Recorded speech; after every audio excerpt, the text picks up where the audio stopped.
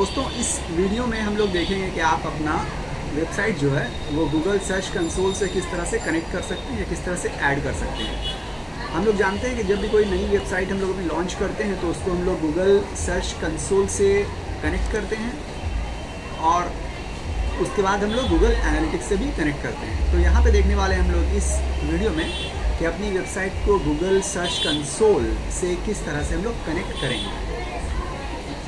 Google search console में connect करने के लिए आपको सबसे पहले गूगल में आ जाना पड़ेगा और यहाँ पे आने के बाद आपको लिखना है, सर्च बॉक्स में टाइप कीजिए गूगल सर्च कंसोल और उसके बाद आप एंटर कर दीजिए। गूगल सर्च कंसोल एंटर करने के बाद यहाँ पे आ जाएगा गूगल सर्च कंसोल का लिंक, इस पर क्लिक कीजिएगा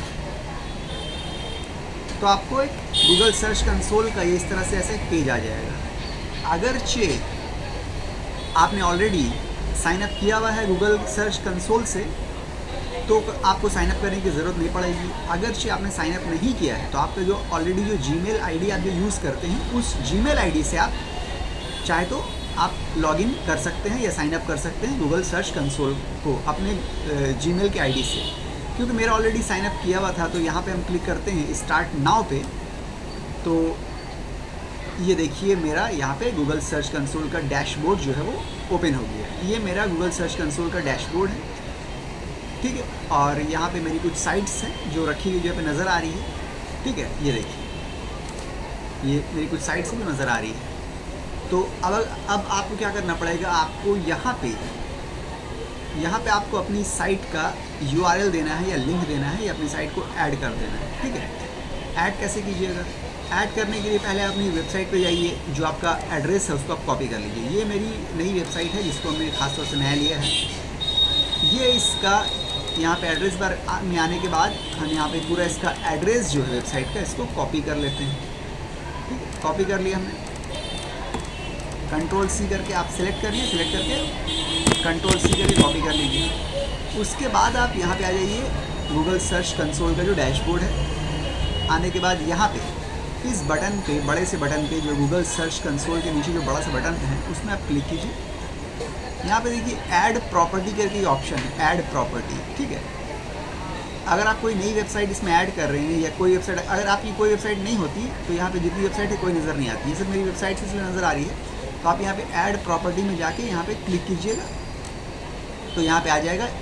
इसमें आपको अपनी वेबसाइट का URL दे देना है और आपको यहाँ पे ऐड कर देना है, ठीक है। तो यहाँ पे दो ऑप्शन देता है, एक देता है डोमेन के ज़रिए आप कर सकते हैं, एक है URL प्रीफिक्स के ज़रिए आप कर सकते हैं, ठीक है। तो चलिए हम लोग यहाँ पे करते हैं URL प्रीफिक्स के ज़रिए।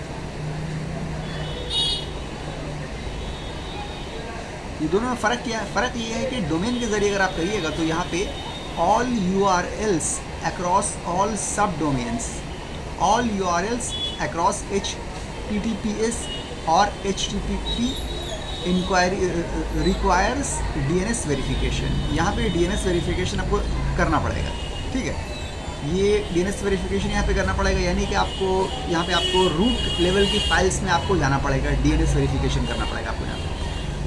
यहाँ पे क्या बोल रहे हैं, यहाँ पे बोल रहे हैं only URLs under entered address. जो एड्रेस आप एंटर कीजिएगा उसके अंदर जितनी URL आएगी उसी को कंसिडर करेगा। Only URLs under specified protocol, जो प्रोटोकॉल आप दीजिएगा उसी प्रोटोकॉल को ही वो जो है कंसिडर करेगा।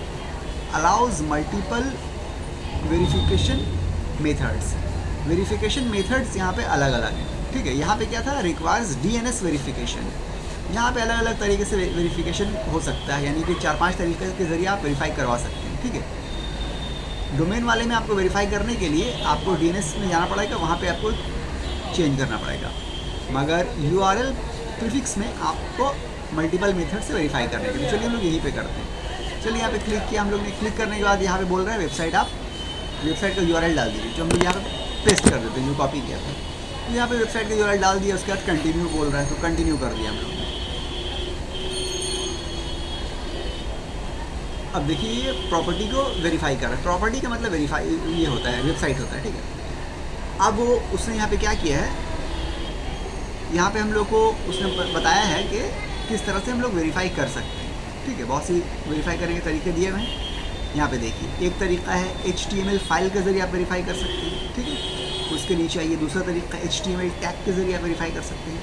तीसरा है गूगल एनालिटिक्स के ज़रिए भी आप वेरीफाई कर सकते हैं। यानी कि अगर यही आप इसी जीमेल अकाउंट के ज़रिए आपका एनालिटिक्स बना हुआ है और उसमें आपका वेरीफाई किया हुआ है ये वेबसाइट, तो आपको ऑटोमेटिकली वेरीफाई हो जाएगा। गूगल टैग मैनेजर के ज़रिए आप वेरीफाई कर सकते हैं। डोमेन नेम प्रोवाइडर के ज़रिए भी आप वेरीफाई कर सकते हैं। ठीक है, तो यहाँ पे जो है HTML फाइल में क्या बोल रहा है कि इसको डाउनलोड करिएगा। डाउनलोड करने के बाद आप इसको अपलोड करना पड़ेगा। उसके बाद बोल रहे हैं HTML टैग में क्या बोल रहे हैं, copy the Meta tag below and paste it into your websites home page. तो HTML टैग के ज़रिए थोड़ा आसान हो जाता है, क्योंकि यहाँ पे क्या है, खाली नीचे में जो ये एक लाइन ऑफ कोड दिया हुआ है, यानी कि टैग HTML टैग जो दिया हुआ है, ये लाइन ऑफ कोड जो है इसको HTML टैग बोल रहे हैं। HTML टैग, इसको यहाँ से आपने सिर्फ कॉपी कर लिया। देखिए यहाँ पे कॉपी लिखा हुआ है, यहाँ पे क्लिक करिएगा तो कॉपी हो जाएगा डैशबोर्ड में, यानी कि आपके माउस में कॉपी हो गया। अब आपको क्या करना पड़ेगा, बोल रहा है कि copy the Meta tag below and paste it into your websites home page. अब आपको ये कॉपी जो हुआ ये आपको अपनी वेबसाइट के होम पेज में जाके पेस्ट करना पड़ेगा। तो आपकी वेबसाइट के होम पेज में चले चलते हैं और वहाँ जाके इसको हम लोग पेस्ट कर देंगे, बस हो जाएगा। तो ये मेरी वेबसाइट है जो कि ऑलरेडी हमने खोल के रखा हुआ था। ठीक है, तो वेबसाइट ऑलरेडी खुली हुई है। यहाँ पे आपको कहाँ पे पेस्ट करना है, आप वेबसाइट में डैशबोर्ड में आ जाइएगा, बैक एंड के डैशबोर्ड में। डैशबोर्ड में आने के बाद आपको यहाँ पे अपीयरेंस देखना है, अपीयरेंस। ठीक है, डैशबोर्ड में, ये डैशबोर्ड है। डैशबोर्ड में आने के बाद आपको यहाँ पे ढूंढना है अपीयरेंस कहाँ पे, ये अपीयरेंस मिल गया। अपीयरेंस के बाद आप जाइएगा यहाँ पे थीम फाइल एडिटर, ये देखिए एकदम सबसे नीचे यहाँ पे लिखा हुआ है theme file editor.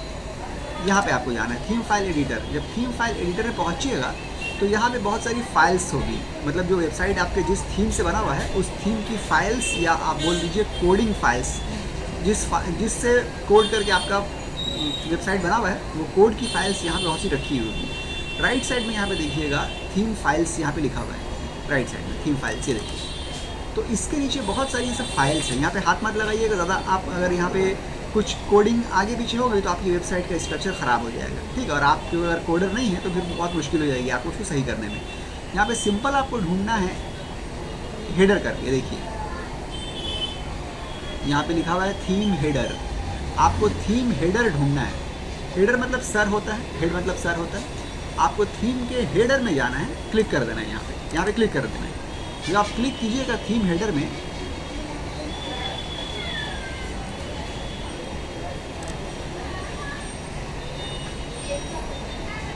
Theme header में अगर आप क्लिक कीजिएगा, एक ही बार क्लिक करना है आपको।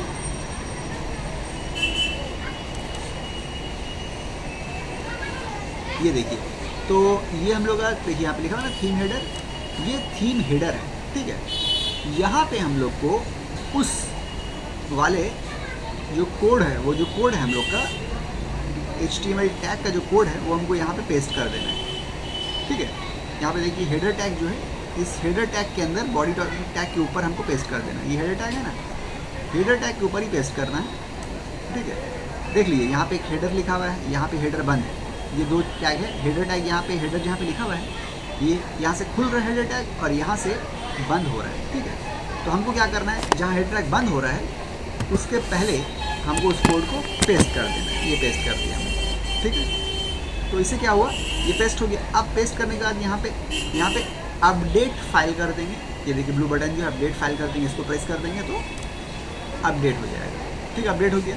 अब हमको फिर सर्च कंसोल में आना है। देखिए यहाँ पे आ रहे हैं, अब यहाँ पे ये वहाँ पे अपडेट कर दिया। करने के बाद यहाँ पे आ रहे हैं, यहाँ पे वेरीफाई करेंगे। ये बटन जो है वेरीफाई वाला है, इसको वेरीफाई में क्लिक करेंगे। अब ये देख रहा है कि वेरीफाई कर रहा है कि हुआ कि नहीं। अगर वेरीफाई हो गया होगा, देखिए ओनरशिप वेरीफाइड, यानी कि हम लोग का काम हो गया है। हम लोग की वेबसाइट को ये पता चल गया है कि ये वेबसाइट इस सर्च कंसोल से कनेक्ट हो चुकी है। हम लोग का पूरा काम हो गया है।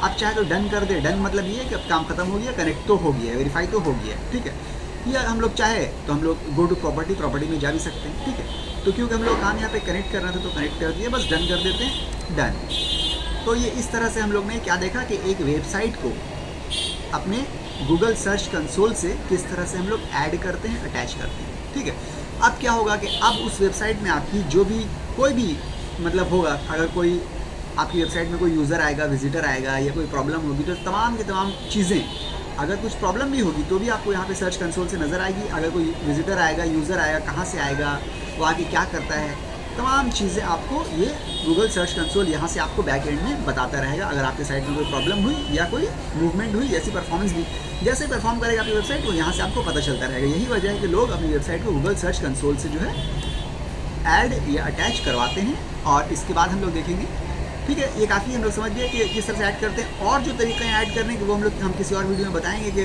जो तरीके बच गए हैं उनके ज़रिए भी किस तरह से ऐड किया जाए वो भी बताएंगे। मगर सबसे ईजी तरीका यही है कि HTML टैग के ज़रिए आप जो है आराम से बहुत आसानी से अपनी वेबसाइट को आप कनेक्ट कर सकते हैं गूगल सर्च कंसोल से। ठीक है दोस्तों, मिलते हैं अगले वीडियो में, जब तक के लिए गुड बाय।